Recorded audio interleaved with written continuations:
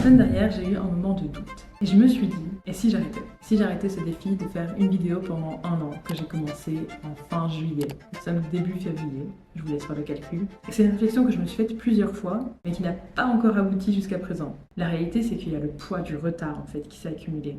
C'est qu'au début, faire une vidéo par jour pendant 2-3 semaines, c'est grisant, c'est challengeant, ça te met dans un rythme. Au début, t'as la motivation aussi, t'as l'énergie. De faire une vidéo par jour, quand on sait que le montage, ça prend du temps, et que ce n'est pas ma seule occupation, puisque je monte aussi pour des clients, et ben c'est chronophage et énergivore, même si on aime ça. Et puis il y a plusieurs choses aussi qui peuvent s'ajouter en travers de ce défi de faire une vidéo par jour pendant un an. C'est que il y a le travail, il y a l'énergie, il y a la vie sociale aussi où on n'est pas toujours capable de monter tous les jours, ou bien alors il faut vraiment être d'une volonté et d'une énergie de faire. En tout cas, moi très vite, ce rythme, je l'ai un peu perdu. Et j'ai accumulé du retard. Donc là, je suis en retard dans mon calendrier de vidéos, n'est-ce pas? Et je me suis dit, ok, je vais prendre 2 semaines pour rattraper tous mes tournages, tous mes montages et y arriver. Je crois que c'est un peu illusoire. Mais vraiment, une fois qu'on a commencé à prendre du retard et qu'on l'accumule, le fossé se creuse et c'est un poids énorme. En plus, outre le fait de pouvoir mettre une énergie dans ce défi, d'avoir le temps aussi, il y a l'inspiration.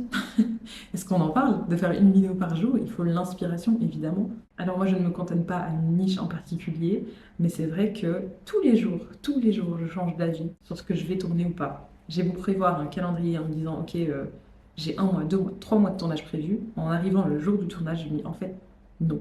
Soit je n'aime plus l'idée, soit je n'ai plus envie de traiter ce sujet, soit je n'ai pas l'occasion parce que les choses ne se mettent pas bien ou ça s'organise autrement. Donc c'est vrai qu'il y a ça, qui est un aspect que j'avais pas spécialement anticipé parce que moi j'étais préparée avec plein d'idées au début.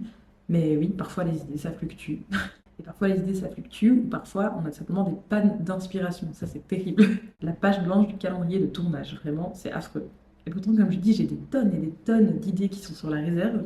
Mais ça, c'est pas le bon moment. Soit j'ose pas aussi tourner certains concepts, soit j'ai pas encore mis les bonnes choses en place, soit il y a d'autres choses qui prennent la place. Donc c'est assez compliqué à gérer. Je pensais pas que ce serait cet aspect-là qui serait aussi une difficulté, mais c'est le cas. Puis il y a aussi le moment de culpabilité, quand on sait qu'on a du retard dans son défi ou qu'on a un défi à tenir tout simplement, mais qu'on a aussi envie de faire autre chose en fait. Au bout d'un moment de monter constamment des vidéos, on a envie de faire autre chose tout simplement.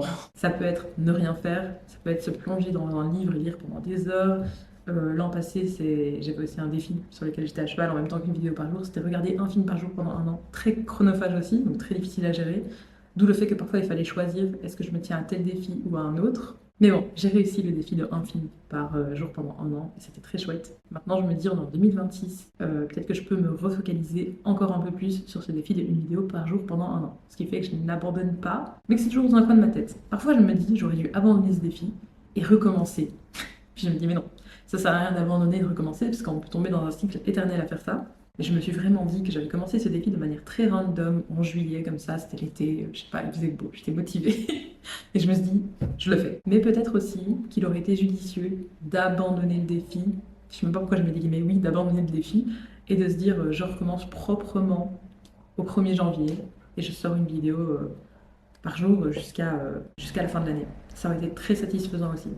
Mais j'avais commencé en juillet parce que justement je ne voulais pas attendre dans des mois et remettre plus tard. Je voulais commencer maintenant, je voulais pas trop le faire tant qu'il était encore chaud. Et aussi ce que je voulais faire c'était des daily vlogs. Sauf que je me suis très vite rendu compte évidemment qu'il y avait une espèce de motivation, de summer vibe puisqu'on était en plein juillet, que on allait se balader aussi, on faisait des choses à gauche à droite, enfin c'était intéressant.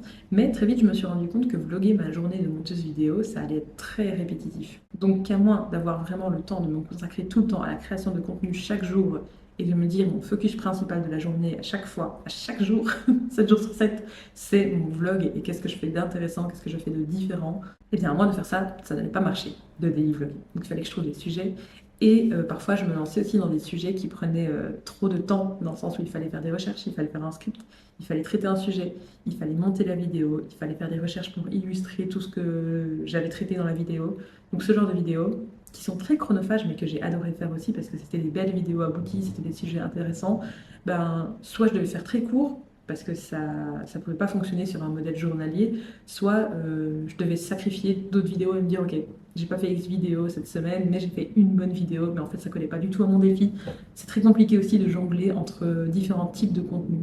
Ça peut être frustrant de se dire j'aimerais bien faire tel contenu, mais en fait j'ai pas le temps. ça ne rentrera jamais dans mon calendrier. Donc ça aussi, j'ai parfois hésité à me dire, est-ce que j'abandonne mon défi de 1 an et je me dis, allez, je sors une vidéo par semaine, mais c'est des bonnes vidéos, c'est des vidéos travaillées, c'est des vidéos que j'aime faire aussi.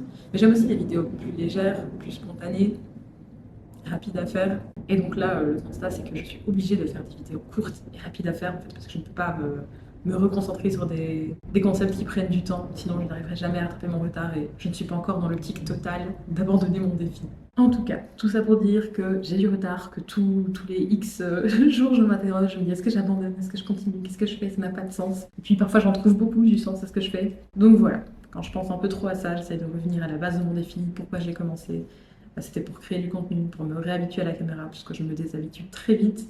Et c'est pour peut-être justement dans l'avenir aussi avoir la force, oser faire des concepts plus grands, ou même sans être plus grand, des concepts où je suis trop gênée pour le faire, parce que je suis une grande timide, évidemment. Et donc je me dis déjà s'habituer à la caméra, prendre un rythme, et puis monter aussi. Quand on monte tous les jours, que ce soit pour des clients, mais surtout pour soi on a plus de liberté.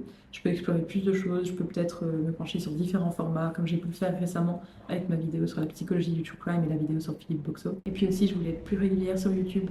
Bon bah, ça frappe très fort parce qu'être régulière avec une vidéo par jour, c'était un très grand objectif que j'arrive pas trop à tenir. Mais voilà, tout ça pour dire que je n'abandonne pas ce défi malgré tout. Je vais sortir plusieurs vidéos par jour pour rattraper le défi. Et l'air de rien, il doit rester 7 mois à mon défi. Donc je me dis, j'aurais eu 6 mois de galère, donc un moment où je suis restée très régulière, puis un moment où j'ai été en retard et j'ai jonglé avec ce retard pendant assez longtemps, sur 1 an, c'est terrible. Mais je me dis que si je rattrape tout ça et que je me laisse 6 mois, ou 6 mois j'arrive à bien gérer, et que c'est vraiment fluide, ben ce sera quand même pas totalement perdu. Ce sera même pas perdu du tout. Enfin bref, si tu veux suivre mon défi de une vidéo par jour pendant 1 an et m'encourager en commentaire, n'hésite pas. Merci d'être resté jusqu'ici et à bientôt pour une nouvelle vidéo.